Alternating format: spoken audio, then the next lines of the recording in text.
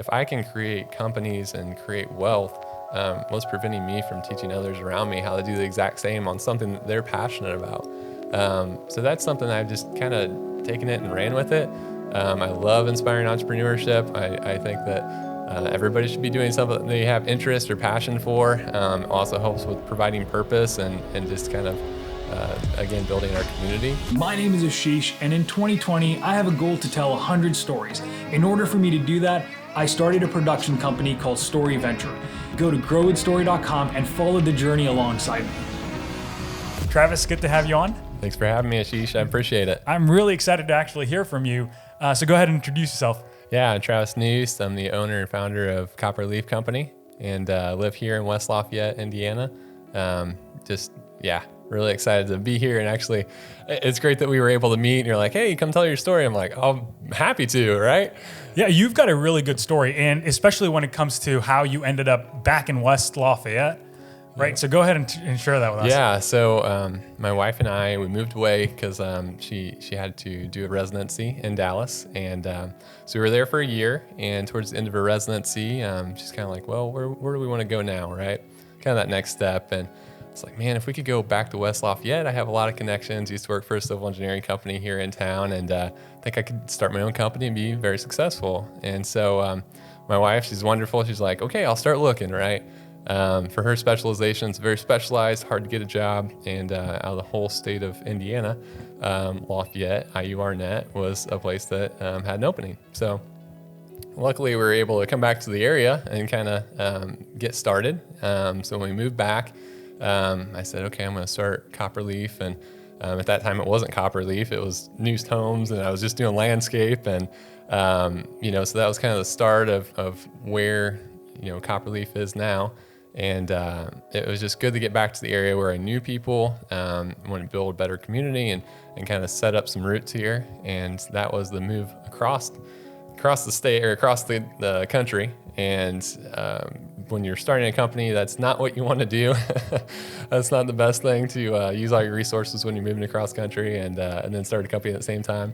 But when we got here, I've just had so much support locally and just with people that I know. And it's just kind of building that company. Yeah. So talk to me about the specialization of your company. What do you do with Copper Leaf? Yeah, so I studied landscape architecture at Purdue, and after I graduated from Purdue, I got hired by a local civil engineering company. So I did a lot of master planning, a lot of design, and that was kind of setting the tone for what skills I was developing, a lot of graphics, that kind of stuff.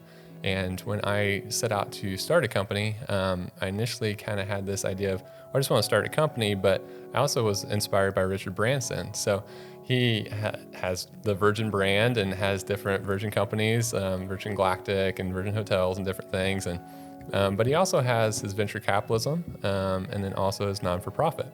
So his companies build resources that can then fuel his non-for-profit to do good things. So myself, when I was creating Copper Leaf, kind of had that same concept in mind that, hey, if I can create Copper Leaf Company, and that's my umbrella, then I can go out and I can create other companies and continue to do that so that I can create a non-for-profit and go out and do great things and even help our other non-for-profits in the area. And so that's what I did. I created Copper Leaf Company, which is my design company. So we do landscape architecture and architectural renderings and things like that. But recently I started Copper Leaf Real Estate. So that has just kind of been up and running since January. And the concept is to build these resources and generate resources from these companies. So then I can, use that towards my non-for-profit and also help other non-for-profits in the area. That's really cool. So just for clarity, explain to me the entire umbrella. So you said you started with Nuest Homes, right? Okay, so that's the beginning of everything. Where did it go from there? Yeah, so when you're starting a company, you think it's pretty straightforward. Hey, this is how it's going to be in one direction, but no, it's serpentine. It goes all over the place. So when I first started, I have Nuest Homes and basically doing landscape installation at that time, not even just design. And that quickly evolved into landscape architecture and what was NDG planning. So that was more so just design based and some renderings. But that then evolved to Copper Leaf Company, so I could have the umbrella. But during that time, I had my real estate license with Keller Williams and was working my way up to be a real estate broker. So just another service industry that can generate resources to be able to do good things in our community. And that was kind of how I worked through, starting with Nuest Homes to NGG Planning to Copperleaf Company. That gives me that umbrella that I can create any company, or kind of the concept of being able to create multiple businesses. Oh yeah. So with Copperleaf, what was the first thing you did when you first moved over from Nuest Homes to Copperleaf? Yeah, even that transition. So there was NDG Planning there, and when NDG Planning and Copperleaf Company were kind of, in that moving forward, I had this large landscape architecture project that I was actually helping a civil engineering company with, and I got to help Tippecanoe County Parks design a 420-acre nature park. So pretty cool project that not a lot of people get a hand in design. It kind of had a master plan concept, but we were looking at this intricate piece of creating a nature center and parking, and what stormwater management we needed on site. And so that was kind of my first introduction to those larger projects that I just thoroughly enjoy, because for our parks department, so many people are going to be able to use this. It's going to be built over, say, 10 years, so it's just great to be a part of those projects that help our community and help other people utilize those facilities, and to be involved so early on a project like that, because for instance, that park will in the future have disc golf, it'll have a nature center, have lots of parking, could be a venue, just a lot of cool stuff going on there. Oh, that's awesome. I love disc golfing. So yeah. So how old were you when you did that? Oh gosh, that was probably 2 years ago. Oh, so yeah, years ago. 28. Okay. Yeah, you're 30 now. This is hitting the 30s here. That's amazing though. You've done a lot. In the 30 years that you've been alive. Okay, so with the planning and Copperleaf, when it first got started, you did that not the landscape project, the park project. And so where did that go from there to today? Talk to me about that. Yeah, so after kind of having a hand in that larger master planning and landscape architecture project, I continued to have that desire to do design and conceptual master planning, that kind of thing. So I've designed a couple other smaller parks, park in Monticello, that kind of thing. But then I was more so looking at master planning as a whole and what other resources go into that. And so usually you have, your landscape architecture and master planning, some civil engineer, some real estate purchasing and development, and some architectural, right? And so with that, it kind of just spurred my interest that, hey, if I can continue to build on those skills and add more resources kind of as a one-stop shop, then that's kind of my add value to my clients. So that's where I started to kind of look into real estate. I had my license, actually, this is really weird, but I got my license in college. So for real estate, I was like a sophomore in college, right? Basically, you have to be 18 and older. And I just, was probably 19 and got my real estate license. I'm like, I'm going to go sell real estate, and I'm still in college, right? And nobody wants to buy a real estate from a 19-year-old. Quickly learned that. And so I decided to reactivate my license and hang my license with Keller Williams here in town. And when I did that, I started to kind of see that intersect of development, land, and then also what people need. So when people are looking for land, that's not usually the only service they need. So what I tend to do is help people find the perfect property, whether they're expanding their home or their facility, their business, and then start to work up from there. Hey, what's your big dream? How do you want to expand? What's your perfect facility look like as a business owner? And everybody has dreams. And it's just really cool to see that come to life, because myself, I have a dream building, right? It's just in my head, but being able to take my skills and take their idea and combine that to create this awesome rendering of their dream facility or dream home, really gets me excited, and I enjoy that process. Okay, so I have a lot more questions for you now. So let's actually go back to your college days. So you said you got your real estate license back then. Okay, so here's the question. Knowing what you know now, right? Applying that to when you were 18, getting your real estate license, do you think you'd be a lot more successful Probably doing not. that. Probably. Nobody still wants to buy real estate from a 19-year-old. Like that's just not part of it. So then my next question was going to be, well, then tell for anyone who's 18 and wants to get in real estate, what would you tell them? Well, so I don't regret getting my license at that time because I started to learn what it meant to purchase and sell real estate at a young age.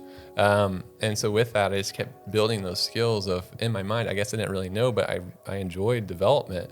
I just enjoyed building things. So that really those skills that I learned early on, even though I didn't make any money at it, still adds so much value to everything else that I do in planning and design. And just having that knowledge is more add value that I have for my clients and that kind of thing. Well, so apart from the fact that no one wants to buy real estate from an 18-year-old, what was the hardest thing about being a realtor at that age? That young. The hardest part, I guess, was like the connection. So now I'm kind of in that world of development, right? It takes a lot of time to build relationships in real estate development, land planning. It's a very, very slow process. And so you have to be around a while because people need to be able to depend on you for a project that maybe takes 2 years. And when you're in college, you don't know where you're going to be the next year. And so with that, I think it's stability, it's time. You have to build relationships and you can't rush that. You know, some of the best relationships I have are with the civil engineering company I worked for out of college, right? Those are pretty strong relationships because it's happened over many years. And that's the part that just takes time, that people want to get into real estate and think it's just going to be really quick to be able to make some money. But those relationships take a lot of time to build. So would you recommend that people that young, well, 18, starting at 18, would you recommend they get their real estate licenses, or what would you say if someone is looking to get into real estate at that age? Yeah, so it just depends on what avenue they want to get into. I always say just knowledge is key, right? So the more you learn about development, the more you learn about real estate, the better off you're going to be. Whether you have your license or you're making transactions, doesn't prevent you from picking up a book and reading about real estate. You know, I know Mike Sandry was on here about, what was it? The Rich Dad, Poor Dad. Yeah. So that was a really good book, but just about business in general. That's my highest recommendation, of just read more books. I read more now than I did in college. You just have to keep learning. And it's amazing that when you start reading and you start hearing everybody else's ideas and concepts and inspiration, you take action, right? And so that's kind of what I hope to add value to future entrepreneurs, of just helping them kind of have that motivation or energy or be inspired to go out and create their own business, because that's going to generate more resources for our local community to add value, you know? And so that's just kind of a small dream of mine, to keep inspiring others to create businesses as well. I mean, that's pretty cool. What would you say was the catalyst for you to want to be an entrepreneur? You know, you talk about knowledge in books. I mean, for me, it was a book that once I read it, I thought, wow, there's other ways to do things. Right. So what was that moment for you? Was it a book? Was it an event? What was it? I was hands-on. Yeah. So growing up, my father and my grandfather and even my mom helped us do construction. So my grandfather ran a construction company, and we did renovations and a lot of roofing projects in the summer. And so my brother and I would help during the summer and go out and build things. And that's just kind of what we did as a family. A lot of camaraderie in that. And I got to say, my mom, for just kind of that role model, she could carry a 70-pound, bag of shingles on her arm, walking up a ladder. And when you're, a teenager, you're trying to outwork your mom. And it was just very shocking that my mom was like the hardest worker I know, that she could just keep going and kind of outwork me, right? And I'm very competitive. And so that always built into that too, that we just built things. That was our camaraderie, and it was good to be a part of that. But so growing up, my grandfather's neighbor said, "Hey, I have this backyard. I want to create a patio." So my grandfather said, "Hey, Travis, would you like to go install this patio for my neighbor?" And I said, "I don't know how to create a landscape or how to create a patio." And so he goes, "Well, I'll teach you," right? And so I'm like, "All right, I'll take it on." And that was kind of my first stab at being an entrepreneur, because one, I didn't have the skills, but I figured it out. And I had a teacher, I had a mentor, right? My grandfather. And just working through that process and being able to supply a bid of, hey, here's what it's going to cost, here's what my materials are, here's what my labor is, and then also that craftsmanship that after the whole patio was done, it was gorgeous, and the client was super happy, and I had revenue, I made income, and it was just kind of that first stab at entrepreneurship. And once I had that, I thought, man, this is something that really catches my attention. And also the individual I designed the landscape for was a professor at Purdue. So he said, hey, if you have any interest, Purdue has landscape architecture, as a degree, if you'd like to apply in. I know their program's pretty small. And so I said, yeah, that'd be great. So that was also what led to my college career in landscape architecture, was that first project. And then later leading to entrepreneurship, which is just really cool to have that first experience. And to me, that was very hands-on, and that was just how I learned. But that was what set the tone for the rest of my career. Oh, that's a great story there. I think that there's those moments in your life when that definitely sparked that, and you realize. I think, at least for me, it was when I saw how something that I was creating directly affected someone else and also generated revenue for me. I realized, oh, I can actually do this as a career. Yeah. And that was the exciting part about that, for me at least. So it does seem like very similar to yours, where, you had that spark and you thought, Right. Yeah. Hey, what is this? And how do I learn more? Right. And then you start realizing there are people doing this at a very high level. Yeah. And so it makes it more achievable, right? You got to have those small wins throughout the process. Right. So tell me this. So I'm a potential client of yours, right? I guess I don't really know what I want. And so I come to you. Walk me through your entire service lineup and how you could best help a potential client. Yeah, for sure. So say, you're a small business owner, you're starting up your own videography company, that kind of thing. And you're like, Travis, I need a facility. And so what I would do is I would kind of ask you some questions about, what kind of style images, what concept, or what's your style, right? And we could either find an existing facility that we could renovate or remodel, redesign, and or we could find you a piece of property and we can put together, kind of a construction estimate of what it would cost to build on that property, kind of your all in, and see if that's within budget, different things like that, line you up with the lender. And so basically, just from start to finish, hey, where are you currently? Do you have an existing facility you need help, selling or whatever? But then let's also look at what's the perfect location and property for you.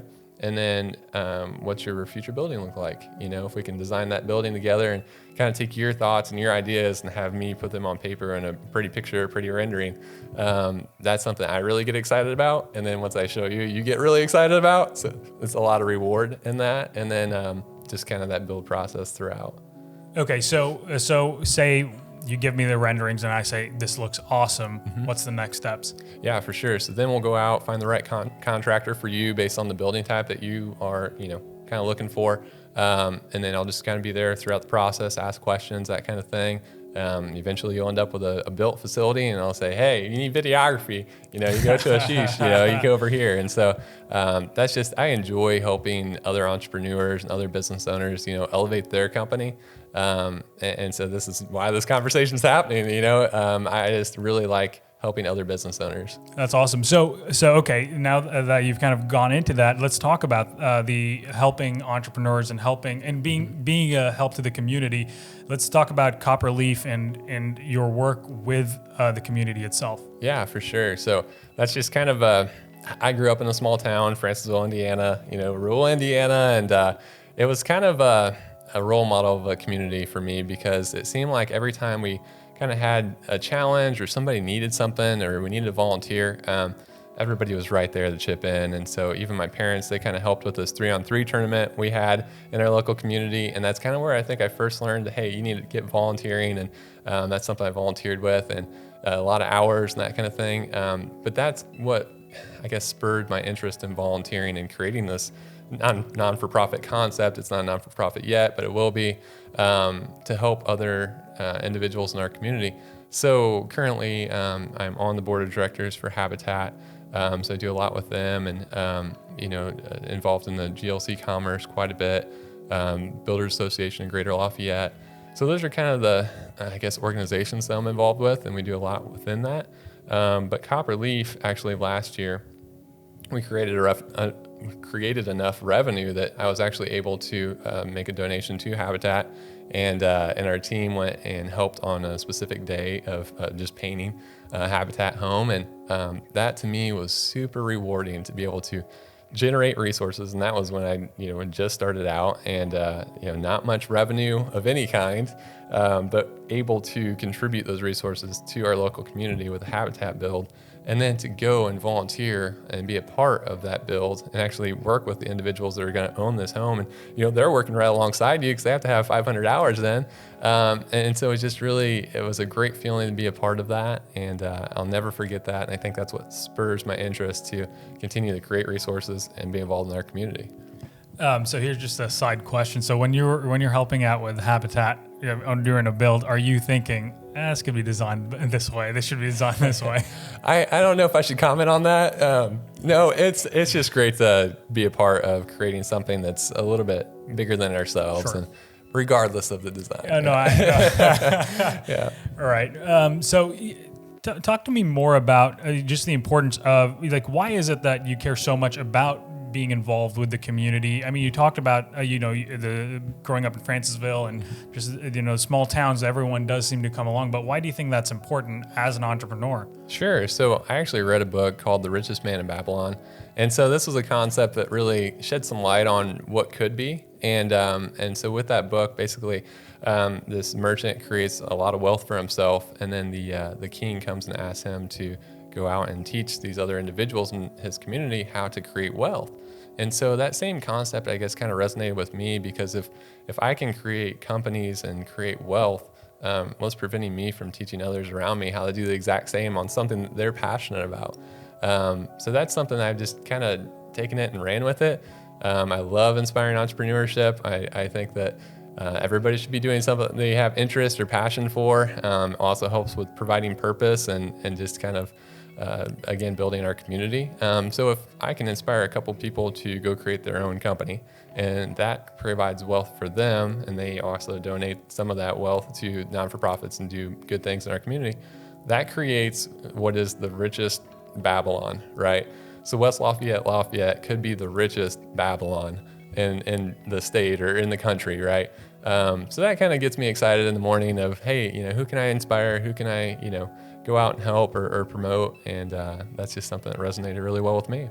Yeah, I remember reading that book, and it is a phenomenal book. So, and since we're talking about books, what are some of the other books that you've read or you're currently reading that have inspired you, or you think it was worthwhile talking about? Yeah, so there's a lot. Oh yeah. I got a stack this high that I've been reading. Honestly, there's a book out there that's called, it sounds kind of weird, but basically how to win friends and influence people. Mm-hmm. So it's a great book just about how to connect with others. I'm actually an introvert, so I'm not the kind of guy that gets recharged by actually being around a lot of people. But just the concept, I've always been a pretty nice individual. And so this book kind of touches on certain things of calling people by name, making that connection goes a long way. And so this book kind of dives into that of certain things that, again, you just want to make that connection with people around you. And people are also inspired by that and want to kind of go do the same thing, which creates that close-knit community. Yeah, I started reading that book a while ago, so I don't ever recall finishing it, but that was one that people definitely recommended, and it's on my to-read list at some point. Yeah. Just because I've heard of enough people recommend it. Mm-hmm. And so tell me some of the other concepts in the book that have resonated with you. Yeah, offhand. See, now you're catching me offhand. Yeah, no, I honestly, that was just one that kind of resonated well with me. But another book that there's a couple other books that I'd recommend. One was Start With Why. So that's a good one that resonated well with me, that once you know your why and kind of your purpose, it's easier to go through the hard times and still be content, right? So Start With Why is kind of the golden circle concept of you have why in the center, then you go out a little bit, you have how, and then finally you have what. So most companies define themselves by what services they offer, not why they're doing what they're doing, right?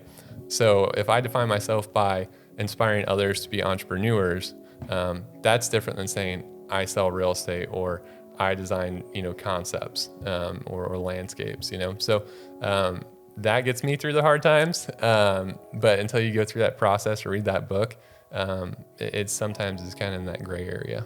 Oh, absolutely. That I think I came across the author Simon Sinek. That's correct. Sinek, Yeah. I hope I'm saying that right. But I came across a TED Talk of him like while I was in college. Yeah. And I think that's part of my part of the reason that I was like, entrepreneurship seems achievable too, because it's, I always thought it was very much of a win-lose. Someone has to lose in an entrepreneur, like in a business transaction. And I came across that and I thought, people want to work with people who have a purpose. Right. Anyways, all that to say is one of the benefits of applying that within my business, or I've seen people apply that within their businesses, is businesses with a purpose seem to go a lot longer, do a lot better with people, because we live in an economy now where people care to work with people who have a purpose or who have a reason or a story, you might say, that they can plug themselves into. Because there's so many, this is one of those things that really annoys me. Whenever I'm at the gym or I'm at a restaurant and I see that's the only place I see commercials anymore, because I pay for like Netflix, and I'll see local commercials and it drives me nuts because it's all about the features. Yeah. Right. Not enough about why should they work with you? Why? Because there's 10 plumbing companies. That's right. How are you going to stand out on features? Everyone's offering the same thing. So I guess it's either being first to market, but then everyone has a commercial. So anyway, so it's one of those things where I'm surprised that I wish more people would see that video at least. Oh, yeah. and then read that book. I think it's like the third most watched, TED Talk. I think so. I think it's pretty high up there. And I mean, that guy is constantly on my social media feeds now because, it starts realizing what you like. It's something that happened earlier when I asked you about, tell me more about the book. One of the things I've also noticed is, I'll read a lot of books, but the quotes are what stay with me. Most definitely. And I've also noticed doing these podcasts, every time someone says something, like a quote pops in my head and I'm like, oh, it's like that quote. Yeah. And so I've considered starting a quote t-shirt shop. That's maybe that's what we have to do. But anyway, so apart from books, what are some of the other things you listen to or maybe watch that help you through your journey? Because it's a constant learning process, right? Because I listen to a ton of blogs, read a ton of blogs, Sure. I listen to a ton of podcasts, read a ton of blogs. What are resources that you are currently going through? Sure. So building a story brand, that's one that I listen to the podcast and become very inspired by listening to that. The individuals he has on the show are very outgoing individuals that are usually doing great things in the world. And so his concept is, if you confuse, you'll lose, right? So keeping your brand very simplistic. You might go out and have all these services, but people don't have time to comprehend that. And so what's your true why? Why are you doing what you're doing? And keeping that very concise, I think is something that resonates well. But the individuals that he has on the podcast are very motivating. And so that's one that I listen to pretty often when I'm biking or running, that kind of stuff, Yeah, he is the first person when I first got into this. Well, he's the one reason I kept going and kind of pushing through, because of all the individuals he had on, or the guests he had on. But one of the things that he did for me was made me realize that marketing isn't a confusing thing. Right. Because there's so many resources out there. It can be, when I first got into this whole marketing field, I started realizing, well, you got to learn Google Ads, Google AdWords, analytics, Facebook ads, and there's just so many things, The video can't be more than a minute long, 3-second view, and there's so many little things, and you start using all these tactics only to forget that what is the purpose. And so he breaks it down in a very simple way. The core purpose of your business, your website, figure those things out and keep it simple. Yeah. I like his phrase, if you confuse, you lose. If you confuse, you'll lose. I probably say that to myself at least once a week. Right. Yeah. If you confuse, you'll lose. So I'm always just thinking simplicity. Hey, how can I get my message across? With the, I guess, simplest, sentence or phrase or quote. And that goes a lot further. I think people just don't have time to really comprehend a lot or read a lot. And so when you have a concise message about what you are doing or what or the call to action, I think people resonate pretty well with that. Oh, absolutely. And a good example for this, and I don't want to get the politics of this doesn't matter, but I think this is where I think Donald Trump currently does really well, is he breaks it down in the simplest terms. He uses the most basic language. He doesn't use complicated words. And I remember when I first got into business, I thought the purpose was to sound smart. And so I'd be going to meetings and I'd be saying words that I didn't understand, right? Because I wanted to impress people, only to realize is they had no idea what, I mean, I would use a word like content, and that, it could mean video, blogs, images, but, I was using a lot of words and terms that. Yeah. But if you say, I will write this for you, they'd be like, why didn't you start with that? Right. Being straightforward and simple. And I also have a background in philosophy. That's one of my majors that I did in college. And so, my papers initially when I started writing were just long words and just going through the thesaurus and finding a much more elegant word, and only to realize my professor said, and I think this can possibly help the entire world of business and marketing. This is what he used to say. He used to say that he hated grammar Nazis because the purpose of language was to communicate. And if you've communicated, you've done your job. And I thought that's one of the, that's just a really good quote. That goes on the shirt store that I have. Oh, exactly. I got another one for you. So, done is better than perfect. Yeah. So that one resonates really well with me because I'm kind of a perfectionist. And when I say that out loud to myself, I'm like, oh, I'll go ahead and publish this, right? It's okay to just kind of publish things to get it out there, because us as perfectionists, we can kind of keep tweaking and spend 10 more hours on it, even though it's all right to publish, right? Oh, and one of the things that I've noticed, and I think we talked about it earlier when we met earlier in the week, was people, like especially when I'm finding someone who's really successful, a lot of the times I want to see where they started at. Yeah.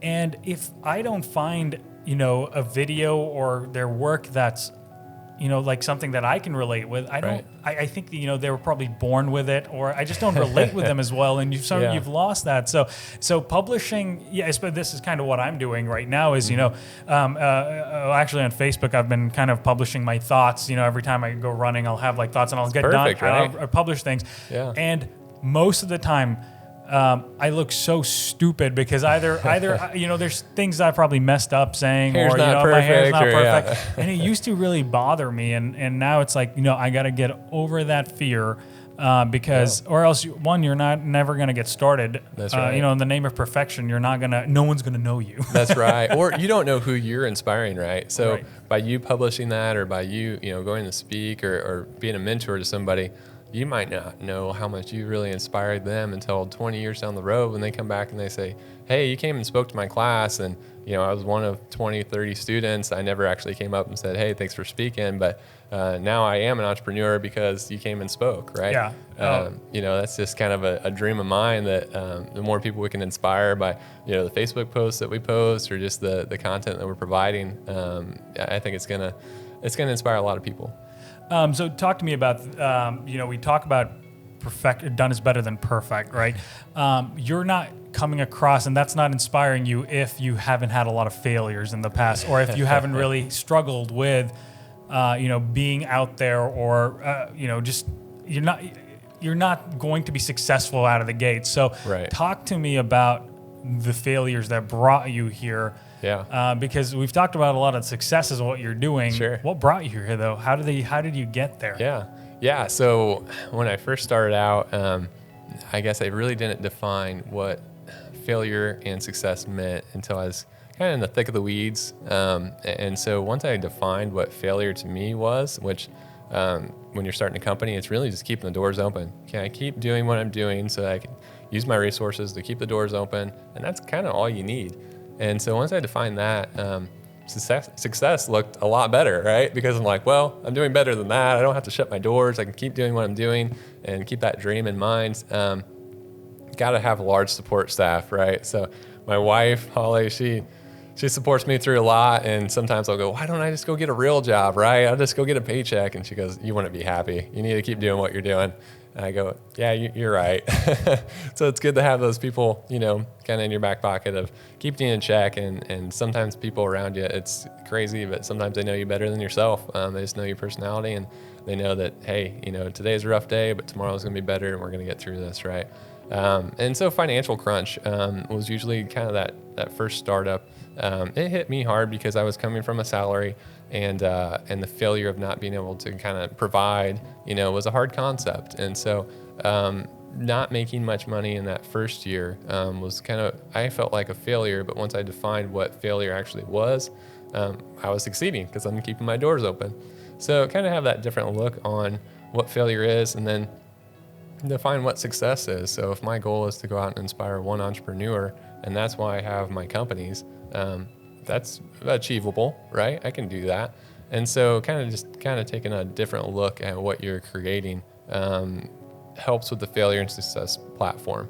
That first year, not making much income and not being able to really provide too much, leaned on Holly, you know, significantly.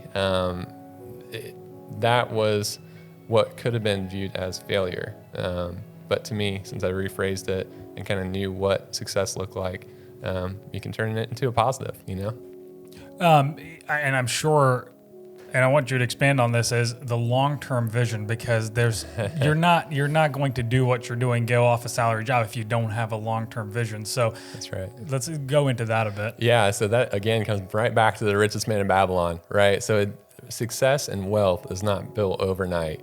And once you start to kind of take on that same investor, or, you know, investing in your Roth mentality of creating a business, well, yeah, I shouldn't see returns yet, right? And so that's kind of the approach I took to, again, we're in year 2.5, and we're starting to kind of get out of not the negative, but starting to see some profit, which allows us to do more good things. And so taking that mentality of wealth isn't built overnight, and as soon as we get in that mindset, that's where failure is. And taking that look at long term and what could be, that's what motivates me. So that's, again, the richest man in Babylon concept of compounding interest in everything you do, not just your investments, but your business, you know, your personal life. It's a great concept. Oh, that's, I'm glad you said that, primarily because I wish I heard that 2 years ago. Me too. Because when I first, and I don't know, I don't think this was the case when I first started. Maybe it was, but when I was growing up, being an entrepreneur wasn't necessarily like a desirable thing. Yeah.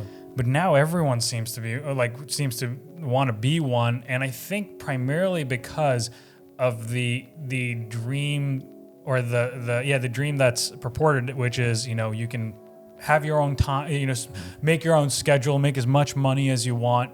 Yeah. You know, go sit on a beach and be on a laptop. And I heard this somewhere. They're like, if you're sitting on a beach with a laptop, you've done something wrong. Right. That is true. but so so I've seen a lot of that now, but it's nice that, and I'm glad you're saying that, you know, this stuff is, I mean, there's long-term, there's a lot of effort that's involved, and a lot of times you're working 80 hours a week, you know, 80, 90 hours a week.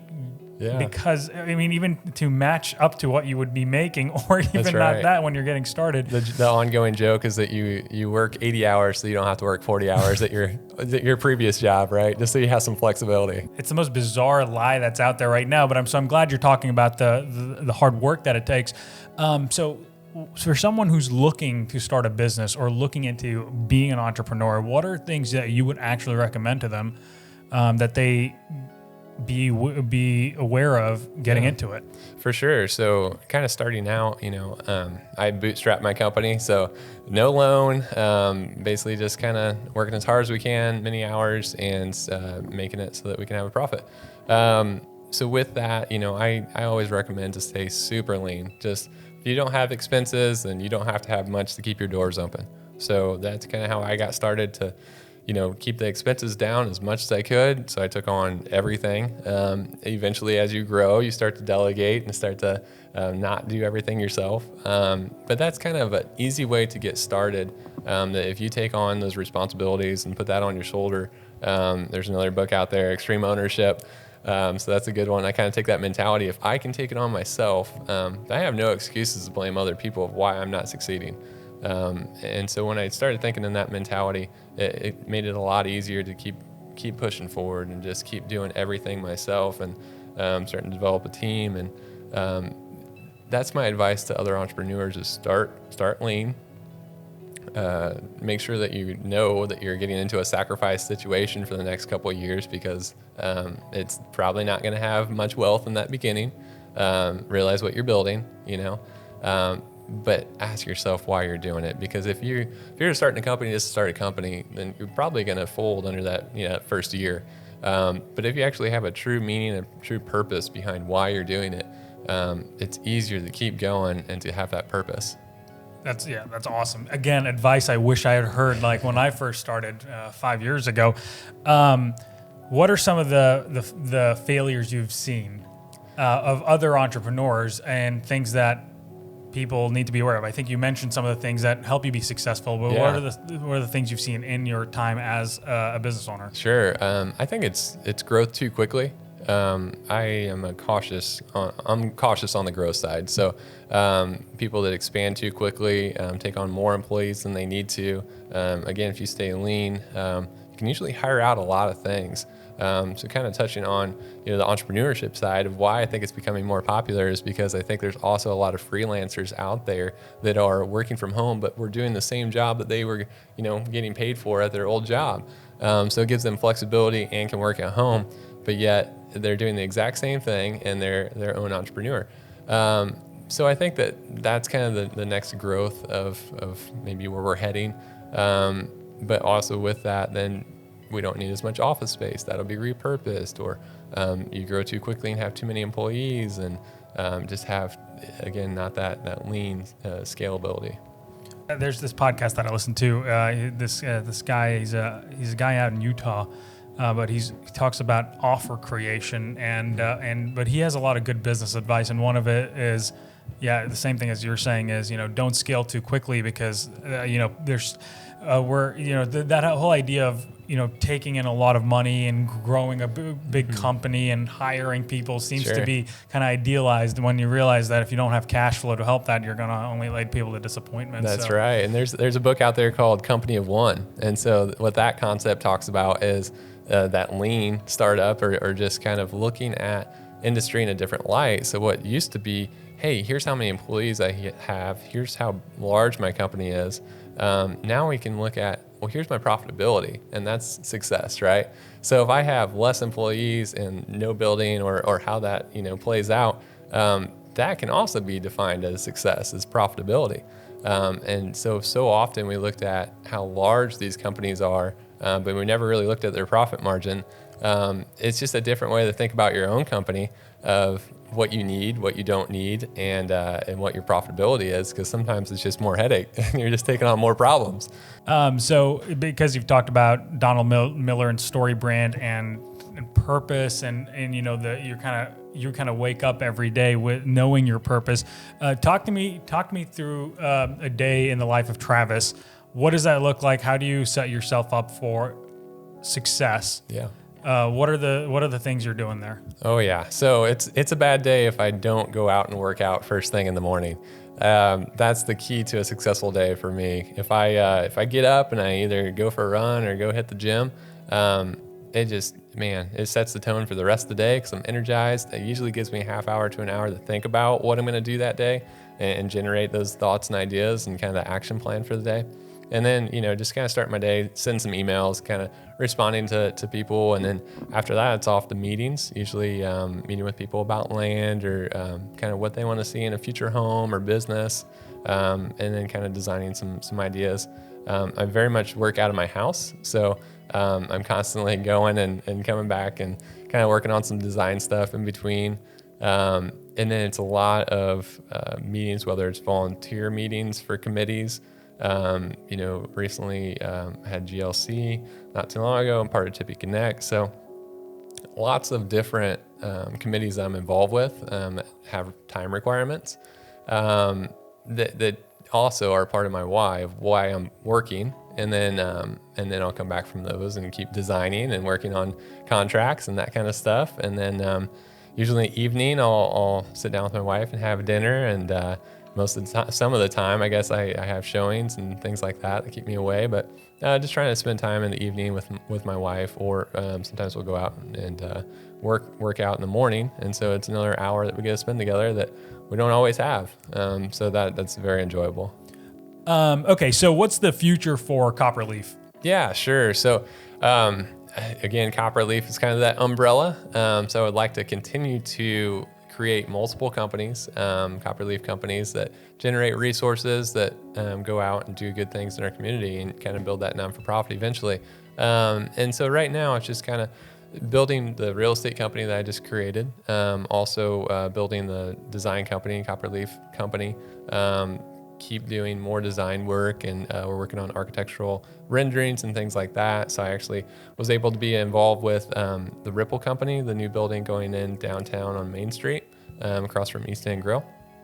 Great project, great team. I was able to work with T-Bird on that, and kind of came in on the concept of that, and then KJG did the architectural plans, and that's the kind of stuff that's really rewarding for me.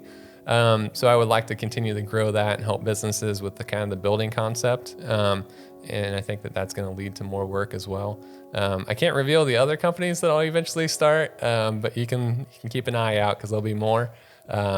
And maybe some venture capitalism in about 10 years. Love to buy some more companies, in the future.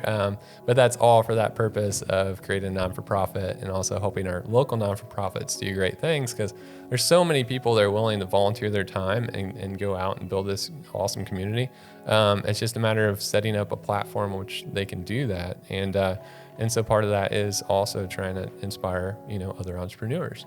So I love speaking about entrepreneurship, and if I can go out and speak about entrepreneurship and inspire one other person to create their own company, I think that's a success. That's great. I want to make sure we emphasize this because I wasn't able to ask this earlier. Unlike Keller Williams, Century 21, or whatever the other brokerage, is that what it's called? Yeah, brokerage. Mm-hmm. You have your own. That's correct. Yep. So expand a bit on that. Yeah, sure. So I have Copperleaf Real Estate, which I am the managing broker, and it's my brokerage. So it's a small little brokerage with just myself, and so then I help clients buy land, whether they're looking for their new build for their house or for their business. And so help people buy existing homes and sell their existing home, help people sell their businesses, that kind of stuff. And so kind of just everything in the real estate world. That's something I'm a part of. And I do that because I also love designing. So those ideas and that creativity are what keep fueling my passion, my motivation. And so that's kind of what the real estate company is about, and we'll love to keep growing that. Yeah, so it's not going to be Keller Williams or Coldwell Banker or Century 21 Copperleaf. Nope. It's Copperleaf by itself. Yep, just Copperleaf Real Estate. That's exciting. That's awesome that you took that step. It's a big monument. I think sometimes my wife and I, we took time to go out for dinner when I created Copperleaf Real Estate, and just kind of living in that moment of, this is a big step, And so maybe every time I create a company, I should take that night and take my wife out for dinner. So what is the best way for people to contact you? Sure. I love it when people reach out via email. My email is travis@copperleafco.com. So if you just send me an email, I love interacting, grabbing a cup of coffee, just kind of hearing people's stories. And that sometimes can allow us to connect and kind of see if there's any overlap there, and helping people get involved or just kind of having conversation. And you also have a website? Yeah, so that's also just copperleafco.com, and go to take a look at some of the services we offer, that kind of thing. And I do have a volunteer format on there too. So if you want to volunteer and kind of be a part of what we're doing with Copperleaf, I'm happy to have more people volunteer for some of the things we got going on. Oh, that's awesome. Actually, I should put that on my website. Because it seems like people want to help out with it's amazing when somebody asks, "Hey, what do you got going on? What can I help you with?" Not too long after that, you got 5 more people. "Hey, I heard you're doing this. Can I help you?" So just kind of asking for help, I think kind of inspires them to be motivated to go help people. Yeah, I'm glad you were able to come on. I'm really glad we got connected, and I'm excited to see where you go. Thanks, Ashish. I want to thank you for checking out the Storyventure experience. I'm really excited to sit down with more people. If you think you have a cool story to tell and want to be on the podcast, go to growwithstory.com/podcast and fill out your contact information. I am really excited to talk to more people, tell more incredible stories. So let's keep this going.